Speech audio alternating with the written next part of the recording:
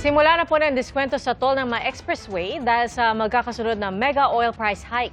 Ngayon din pong unang araw ng 50% diskwento sa pasahe ng MRT3 at LRT2. Hanggang kailan nga ba yan tatagal? Ating saksihan! Sa MRT3 at LRT2, may 50% na diskwento sa pamasahe simula ngayong araw. Malaking bagay para sa mga commuter. From Novaliches to Pasay, 2 araw kulang ang full tank niya. So ngayon, nag-MRT na kayo? Ang laki ng ginhawa, ang laki ng dagdag sa pang-araw-araw na budget ko sa transportation. Nakadepende raw sa Pangulo kung hanggang kailan ang diskwento. Mag-aantay tayo ng abiso sa Presidente kung hanggang kailan ito. Ang mawawalang kita ng MRT, pupunan ng subsidiya mula sa kaban ng bayan. Sasaluhin din ng gobyerno ang mawawalang kita ng LRT2 na tinatayang aabot sa 35 million pesos kada buwan. Malaking bagay sa amin yung tipid na yon. For me, it's a good thing po since nagtaas na po talaga yung presyo ng gas. Paglilinaw pa ng Light Rail Transit Authority o LRTA na nangangasiwa ng LRT2. Wala silang kailangang ipakita, pero yung nalilinawin ko yung naka 50% na ngayon, like yung mga estudyante, senior citizen, PWDs, 50% na sila, so wala nang further discount yon.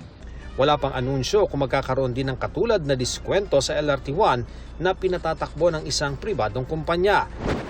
Sa kabila ng pagtaas ng presyo ng langis, inaasahan pa rin ang pagdagsa ng mga uuwi sa probinsya para sa nalalapit na Semana Santa. Pero hindi raw ganoon kadami gaya ng mga nakaraang taon. Maaaring bumaba po yung total volume po natin pero sa tingin po namin makakaranas pa rin po tayo ng pag-congest during yung rush hours at saka yung mga days na nakikita natin, lalong-lalo na po yung uwian po sa Miyerkules Santo ng hapon hanggang gabi at ganun din po yung sa Huwebes ng umaga. Naghahanda na ang pamunuan ng North Luzon Expressway o NLEX. Simula March 27 ay ipatitigil muna ang mga construction at road improvements doon para gumaan naman ang pasani ng mga motorista. Ipapatupad na ang toll discount sa mga expressway ngayong araw. Ang Metro Pacific Tollways Corporation magkakaroon ng kabiyahe rebate program kung saan babalik sa dating rate ang kanilang toll rate. Makikinabang dito ang mga Class 2 public utility buses, modernized jeepneys at Class 3 vehicles na daraan sa NLEX, SCTEX at Cavitex. Ibababa ulit yung toll rate to the level po ng bago kami mag-increase this year.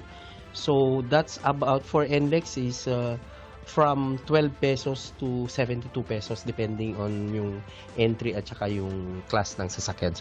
Nagsimula na rin ang rebate program ng operator ng SLEX at Star Tollway. Balik sa lumang rate ang mga sakyang sakop ng programa tulad ng mga public utility jeeps at UV Express, public utility buses at modern jeepney at mga cargo trucks at trailers. Ayon sa Department of Transportation, magkakaroon din ng discounted toll rates sa Manila-Cavite Toll Expressway, R1 Expressway Extension at Muntinlupa-Cavite Expressway. Malaki raw ang pasasalamat ng DOTR sa mga toll operator dahil malaking tulong ito para sa mga PUV drivers na hirap na dahil sa mahal ng langis. Para sa GMA Integrated News, ako si Ian Cruz, ang inyong saksi. Mga kapuso, maging una sa saksi.